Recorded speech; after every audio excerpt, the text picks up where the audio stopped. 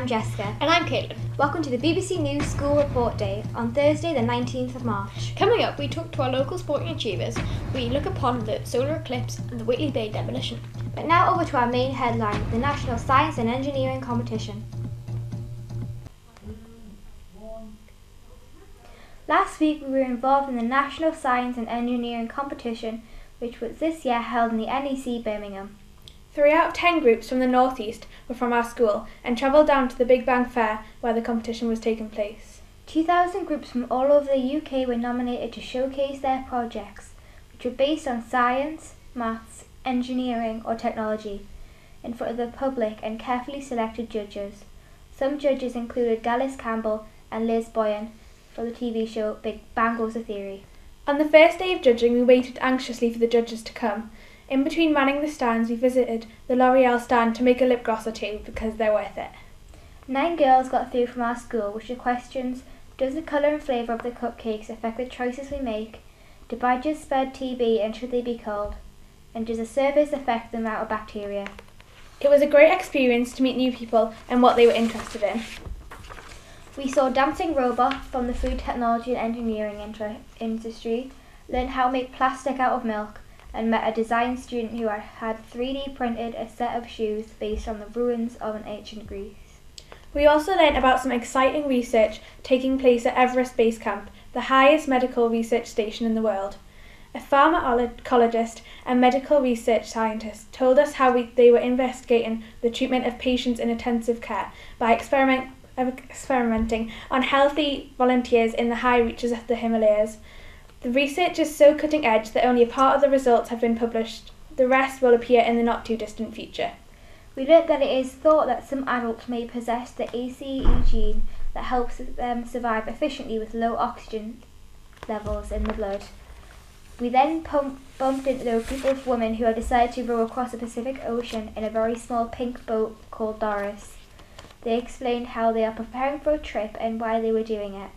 They weren't mad, they were actually raising money for breast cancer and walking with their wounded charities. They were helping to raise £25,000. This will be the first all-women rowing team to cross the Pacific Ocean. They intend to start their challenge in April 2015. On Thursday night, we sat and watched the closing ceremony with the host, Jason Bradbury, from The Gadget Show. Although we didn't win any prizes, it was a memorable experience and we felt extremely honoured to be there and represent our school. We each received a medal for participating in the national final. You can find out more about what we did and what we saw on our school website. Back to the studio. And now, a report about the demolition on the Whitley Bay seafront. For years now, Whitley Bay has been a demolition site with constant plans to be renewed. And whether it is false windows on the Spanish City or knocking down the Promenade Cafe, nothing is managing to be restored. The Spanish City hasn't changed or been upgraded even though there's always multiple plans to do so. The council started to upgrade the old dome, yet they stopped. Is it lack of funds? Many questions are asked. Although the new plans are coming into action, hopefully these expensive ideas will take off this time. As well as the Boardwalk Cafe has also been took to the ground, there are some shocking images of the demolition. All the questions about these demolitions are spreading fast, with all the knocking down in what used to be beautiful Whitley Bay. One of the worst is definitely the boardwalk. Why was their reasoning? Here's a quote from the Chronicle website. I have lived in Whitley Bay for 11 years and I have seen nothing but decline, demolition and things closing down. The North Tyneside Council cannot see the potential in these units as shops, cafes and art studios. They are short-sighted. They're just looking at short-term savings as opposed to the effect this could have on our town. And as this quote explains about the tourist town this used to be, now to be the dreadful demolition town. North Tyneside has ambitious plans for Whitley Bay's famous coastline, including rebuilding the Whitley Bay Playhouse, which will cost approximately £9.1 million. Plans also include refurbishing Waves, Whitley Bay's leisure pool, and investing in new facilities, including a skate park, costing roughly about £36 million. This regeneration scheme could benefit the local community in many ways. A lot of the derelict buildings and pubs have been teared down in order to put the plan into action. But will this regeneration return Whitley Bay back to its once loved heydays? Elected Mayor Norma Redfern welcomed this decision. We will get on and deliver this project just as majority of people want us to do, and we will deliver a coastline that we can all be very proud of. There are plans to build a cafe on St Mary's Island. An artist's impression shows the cafe will be quite modern. Many local people think that the modern twist will take the historical feature that St Mary's Island holds away. High schools. Where did we go and why? Here's Isaac telling us more on the matter.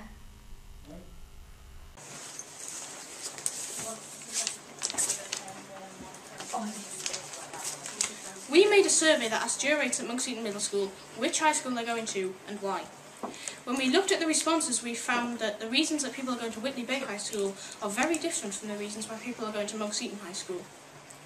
We found that the reasons why people are going to Monkseaton High School was for the sports, because their siblings went to that school, and because it was small and welcoming. The reasons why people are going to Whitley Bay High School was that it has a better reputation for grades, it's more convenient for them, it has more opportunities, and their parents decide on it, which means the parents must think it's better for their children. Out of 44 responses we received, 30 of the year 8s are going to Monkseaton High School, and only 14 are going to Whitley Bay High. I'm going to Monkseaton High School. And which high school are you going to, Dylan? I'm going to Whitley Bay High School. Why did you choose Monkseaton High School? I chose it because the school systems are much more. And why did you choose Whitley Bay High School? I chose Whitley because most of my family's been there, and I feel like the school kind of would suit me better for just learning and academic stuff.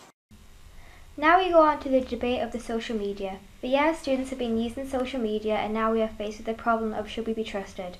Over to you, Scarlett and Francesca, for more on the subject. In the age we live in, social media is a primary instigator for bullying and arguments in schools. But should it be schools' issue to handle it? It is a subject liable for debate. We asked some students about their thoughts on the matter. We have mixed opinions about this because if an issue is going on during school time and is carrying on during lessons and is going on to social media, the school should sort things out. And if it started outside of school and it's got nothing to do with school, then the students should be mature enough to be able to handle it themselves and sort it out. It is becoming a burden that teachers are spending a lot of their time resolving arguments that happened over social media. Arguments that didn't even happen in school time. As an alternative to this problem, should parents be more protective over their children on social media and monitor their online activity to avert teachers from spending time resolving problems that could have easily been prevented? We asked Mr. Marin, a teacher who frequently deals with these arguments, about his thoughts on the topic. I think it's a really difficult situation because obviously children want to use social media, that's how they're connected these days. They know far more about it than their parents. So on the one hand, it's like parents are sometimes turning a blind eye to it and thinking school will sort that problem out. School is sorting out because it is impacting on children's learning if they're not happy. But I do feel that parents should take more responsibility. It isn't a question with a yes or no answer. Do you think that schools should be responsible for dealing with these arguments on social media? Thank you. Now on to the controversial subject of school uniforms. Recently, school uniform has been a problem in our school. People feel they need to look fashionable in the place where they come to learn. Some people feel like this is the cause of bullying and the students won't be working to their full potential on their work. What people should be wearing is a white shirt, a house tie, a school jumper, black trousers and a black skirt, and black shoes. And the jewellery should be wearing is a watch and earrings, studded earrings in the earlobes. What students shouldn't be wearing are earrings in the cartilage of the ear, trainers, boots or anything like that. They shouldn't have their hair shaved, dyed, sculpted or have shaved tram lines in the hair. No leggings or black trousers. Here are Mr. Barron's views on some of this topic. What are the main problems that are being faced right now with uniforms? Okay, so the main problems that I think teachers are facing at the moment are where children are pushing the boundaries about what they can and can't wear.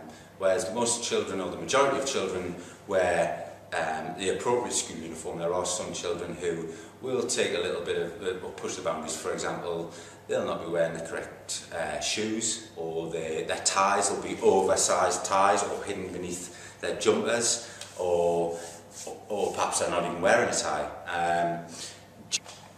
Do the children who aren't wearing the proper uniform, does it affect their learning in any way? Yeah, I think it does. I think it affects not only their learning, but the learning of the children who do wear the correct school uniform. I think that if you come to school dressed appropriately for school, i.e. wearing the correct uniform, you're more likely to be in the right frame of mind, the right mindset to do your work, to work hard.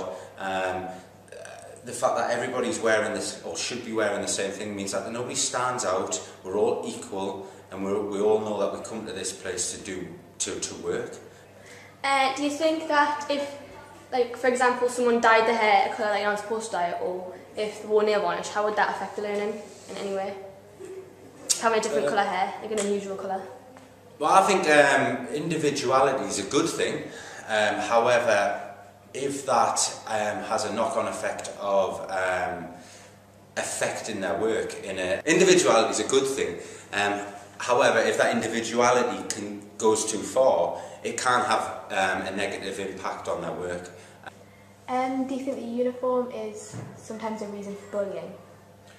I think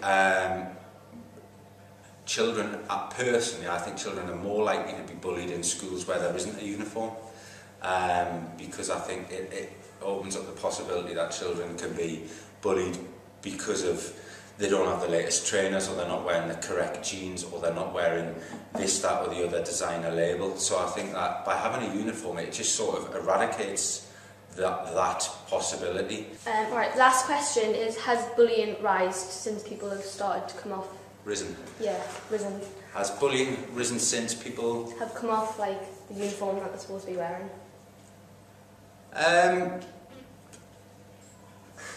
I don't know, is the short answer to that.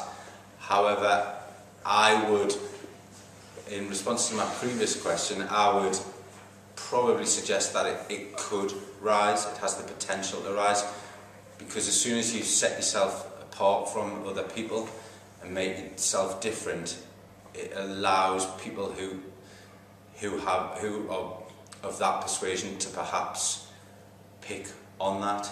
Okay. Thank you for your time. Okay, cheers, thank you. Bye.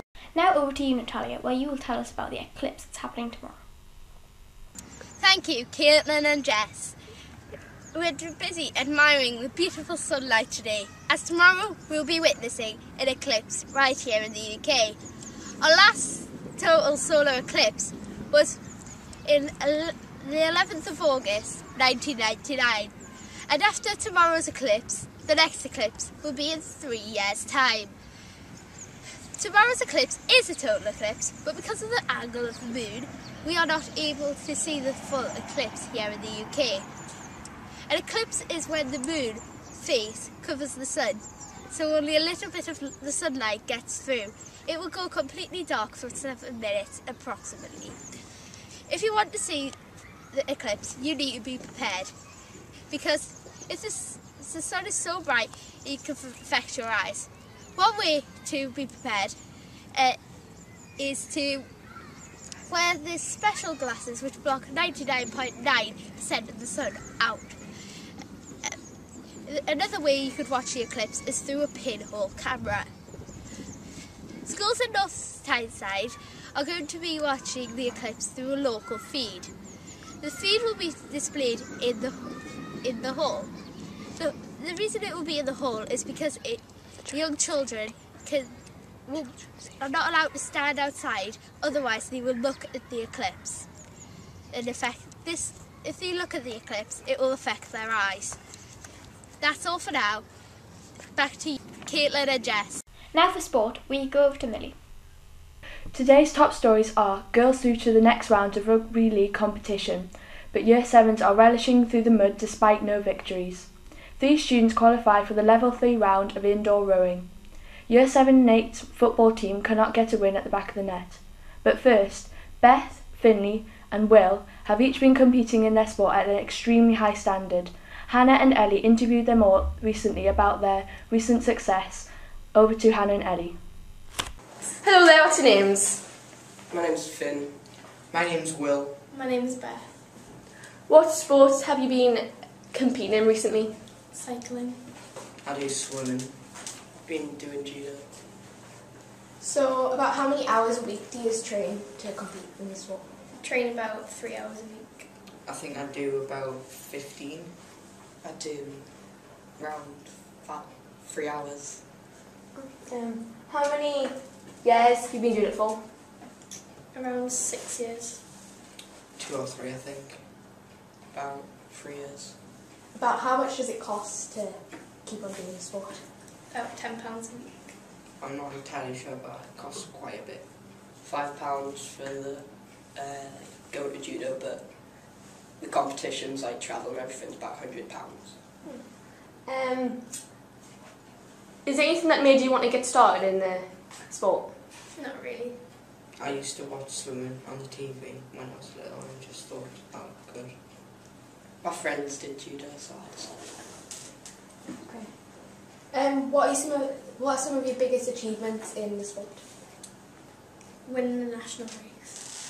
I got 5 gold medals at the counties, getting a gold in the British Schools Champions. Whereabouts do you train? I train in Newcastle. I train at Tynemouth Swimming Club, Parks Judo Club. Can you estimate about how many competitions you've been entered into or won? About 50 to 100. I don't really know, but I've got about 70 medals. 18 or over. Do you want to carry this on as a profession in the future? Yeah. Yeah, I would really like to do it. Definitely, yeah. Is there any reasons that keeps you doing the sport? It's fun. I think it's just because I'm quite good at it.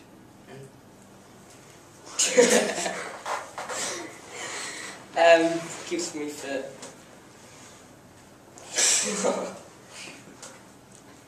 Is there anything you have to have specific about your diet or your exercise to keep you healthy for the sport? No. Not really. I need to be on a diet so I have a low weight. Indoor rowing is becoming an equally important and successful sport in the investing of 5 rowing machines in the school. 2 girls and 2 boys from Year 7-8 were all entered into the North Tyneside rowing competition held at John Spence Sports College.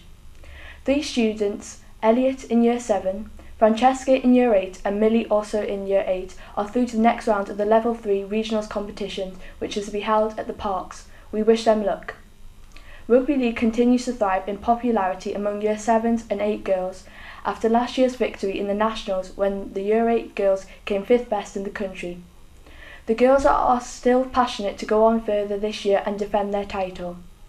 The Year 8 girls recently played in a tournament against Seaton Sluice Middle School, Whitwick Middle School, Marden Bridge Middle School and Churchill Community High School. They came away in 2nd place and are through to the next county tournament. But the Year 7s have matches to go until they can find out whether they are through to the county. So far it has been a highly successful year of sport in Monkseaton Middle School, with more to come. This includes the training of sports leaders from Year 8 so that they can go on to provide extracurricular sport for pupils and learn leadership skills along the way. They will also talk to Craig Heap, an Olympic gymnast, for advice on leading a group. That's all from me today. Check out BBC Sports app to get updated with results. Goodbye for now. And now, with an alternative take on the weather, here's Abby. Unfortunately, the weather seems against our chances of seeing the eclipse. Experts have warned the northeast that a sudden rise in pollution levels could happen over the next day. The low quality air could trigger asthma attacks or other health problems. People with heart or lung problems should take extra care. Even the most healthy people may experience itchy eyes or sore throats. While we are not the worst affected in the country, there will be a 4 out of 10 pollution level in our local area, classed as moderate. The highest level will be in Doncaster, which is expected to have a 9 out of 10 pollution level. This is similar to an event last spring which resulted in a surge of emergency calls due to breathing problems.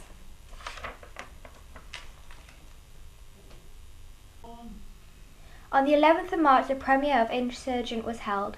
Here are some students talking about The Insurgent and a few other movies.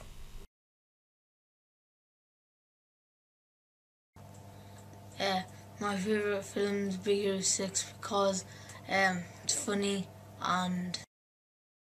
My favourite film's Chucky. My favourite film's Scream. Titanic. Hunger Games.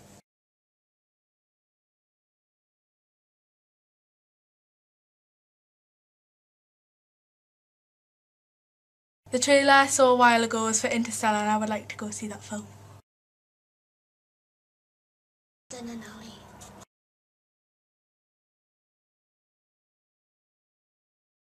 Home. The newest film that I want to go see is called Home. I want to go see Home. I want to see that. Insurgent. I want to go see Insurgent. Star Wars. I want to see Woman in Black too, The Angel of Death, yeah. We hope you've enjoyed our broadcast. See you next year on BBC News School Report.